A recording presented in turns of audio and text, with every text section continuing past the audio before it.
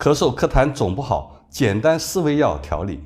最近感冒咳嗽的人非常多，好不容易熬过了甲流、乙流和各种流感，可咳嗽却反反复复总不见好，短的1-2个星期，长的甚至1-2个月都还在咳，吐白色泡沫样的痰。今天教大家一个小方子，日常在家就可以做。取人参6克、甘草12克、红枣3枚，出锅前5分钟，再加上5片的生姜，一起煮水喝就可以了。